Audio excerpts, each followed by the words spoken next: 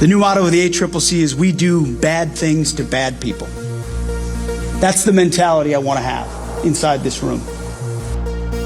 That's U.S. Defense Secretary Pete Hegseth last week in Panama, addressing the America's Counter Cartel Coalition, or A3C. He said Honduras and Guatemala are playing ball on joint military operations within their territories.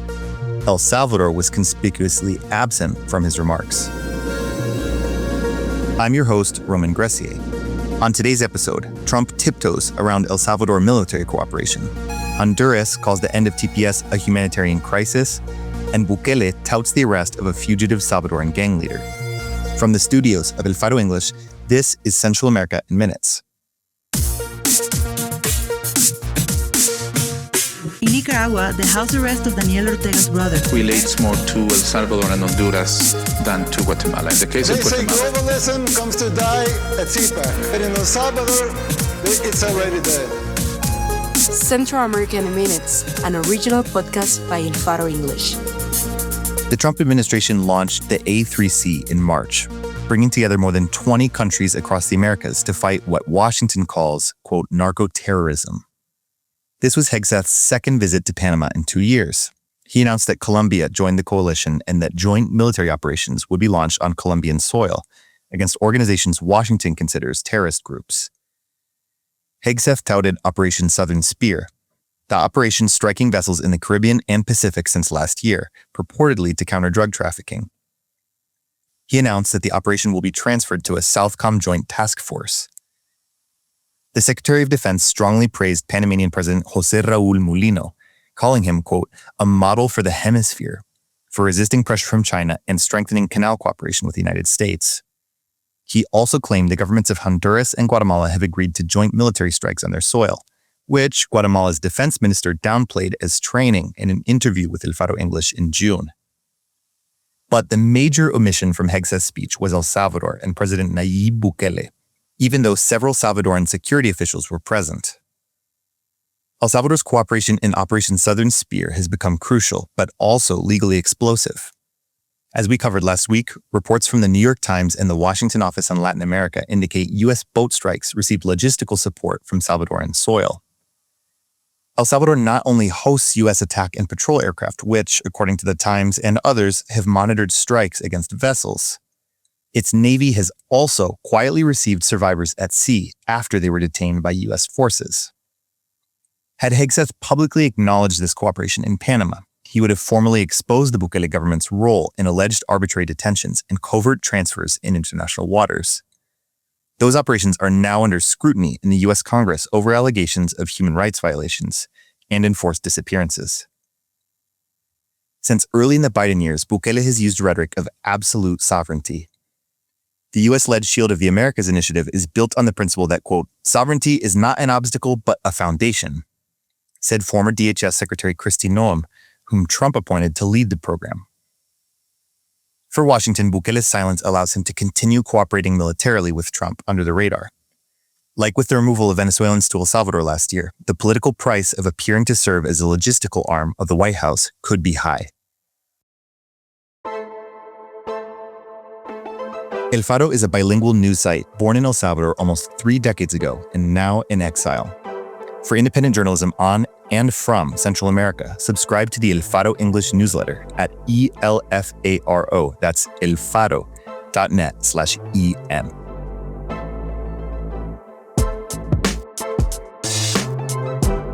On the heels of a Supreme Court decision in favor of the Trump administration, the Department of Homeland Security just confirmed the termination of temporary protected status for more than 2,000 Nicaraguans and 51,000 Hondurans living in the United States.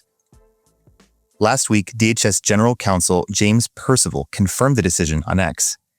He announced that TPS is up for people from Nicaragua, Honduras, Venezuela, and another 10 countries. DHS said people with TPS should leave the country under threat of deportation.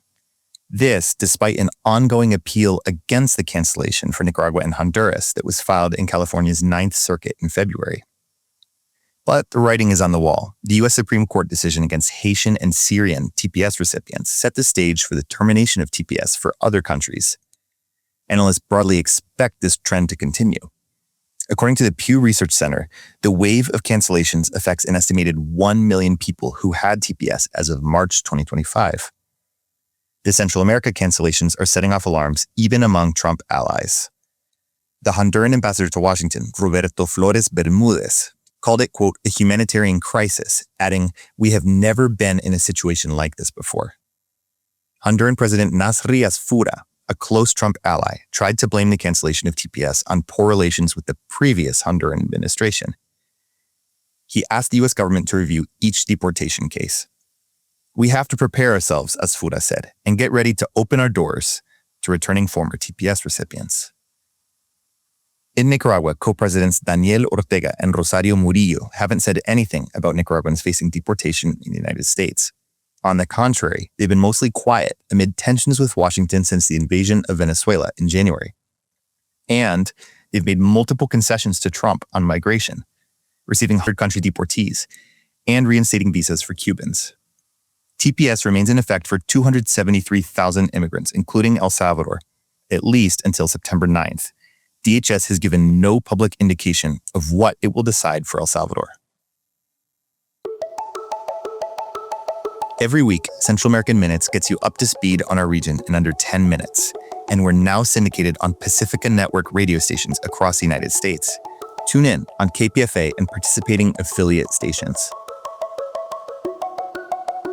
On August 11th, El Salvador's Security Minister, Gustavo Villatoro, announced the arrest in Mexico of a fugitive Salvadoran gang leader.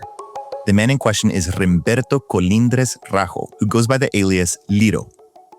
But Villatoro omitted an important detail. Liro was no stranger to Nayib Bukele's government. In fact, officials from his administration intervened to help him leave El Salvador. In May 2025, El Faro published a series of interviews with two leaders of the 18th Street Revolucionarios gang, Liro and Carlos Cartagena, or Charlie.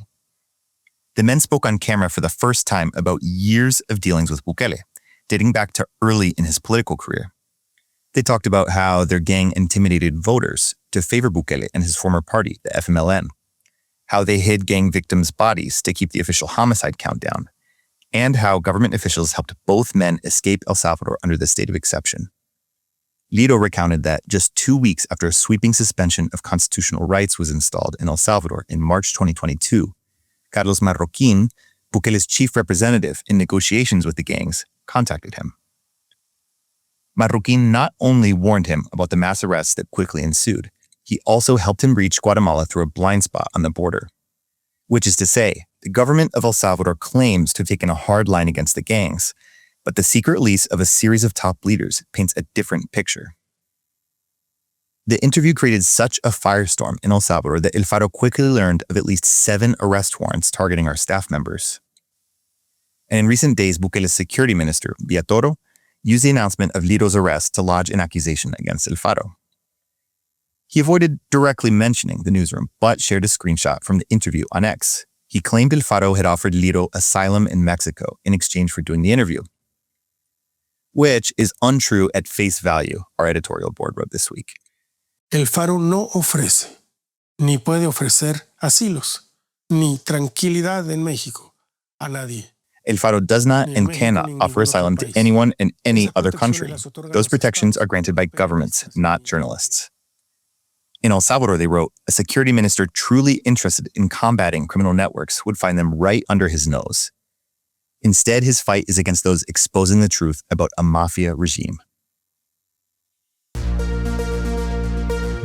Thanks for listening to Central American Minutes. This episode was written by Gabriel Labrador, Leyrian Colón Santiago, Graciela Barrera, and Yuliana Ramazzini.